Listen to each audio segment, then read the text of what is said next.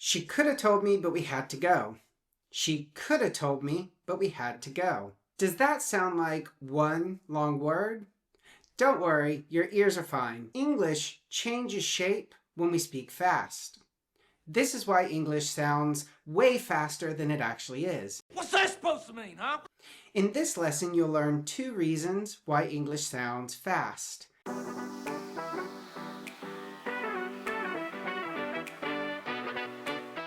I'll give you one simple activity to help you train your ear. I'm an IELTS-certified trainer, and I also speak Spanish as my second language. I've taken exams like the Duolingo English test, IELTS, and TOEFL, but in Spanish. So I understand what it feels like to listen and think in another language. Many of my students can read English perfectly, but when someone speaks quickly, they miss half of what's said. What'd you say?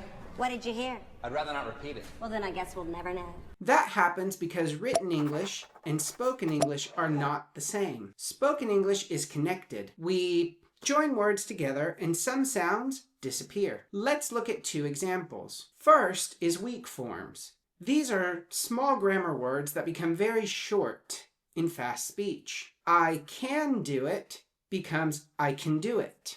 For me becomes for me. Have you seen it becomes have you seen it. We make these words short and soft because they don't carry a lot of meaning. Native English speakers focus on strong words, the meaning words, and we kind of let the small ones fade. If you miss fast English, don't try to hear every sound or try to understand everything. Instead, follow the meaning words. If you listen for the strong words, you can understand people even when they speak fast. The second example is linking. English hates silence. We join sounds together. Pick it up becomes pick it up.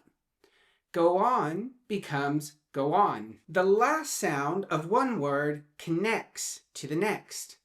Sometimes we add a small Y or W sound between vowels. It makes English smooth, but it also makes it hard for learners listening and trying to understand and hear each word. But if you expect linking, English suddenly becomes easier to understand. When you expect linking, the sentences become easier to follow. And it's not just me who says it. Research also proves this. Research shows students who learned about reduced forms improved listening and speaking after just 10 weeks of training. Another study of 79 papers found that training with many different voices helped learners hear sounds better and remember them for longer. Science already showed this works. This is not a trick, and it is trainable. So the research is clear. Short, regular practice with different English voices helps your brain understand real English faster. Now, let's have an action activity. This is called the sound map. It's your activity for this week.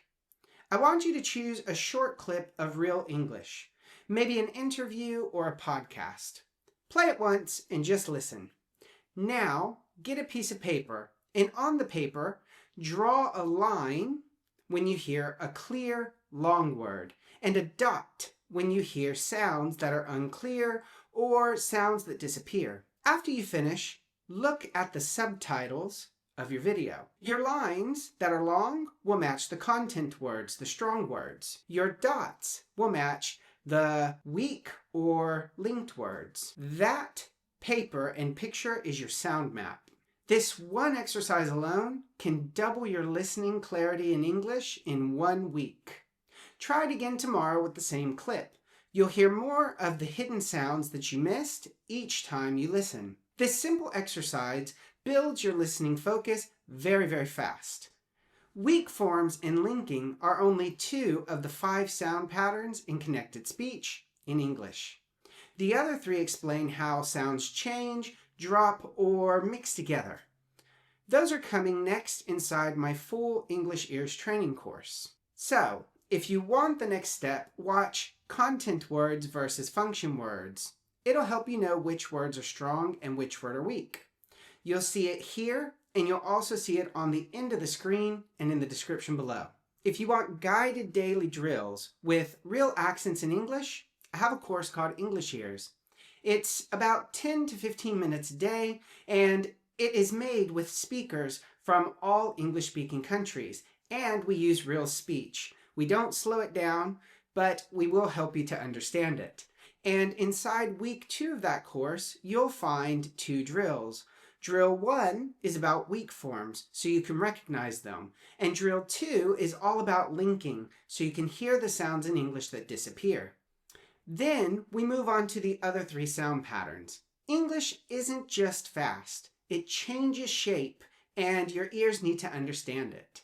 When you learn how the sounds connect, you stop trying to follow every word, and you start actually hearing the message. When you stop trying to follow every single English word you hear, I promise you, English becomes easier to understand, and you'll finally start to understand the people that talk to you every single day. If you like this video, don't forget to subscribe and give it a thumbs up, and I'll see you guys in the next one. And if you want a little bit more practice in English or a little bit more help, don't forget to check the links in the description because I have a lot of good stuff there to help you, and a lot of it's free. So, that's it for today, and I'll see you guys in the next video. Bye-bye.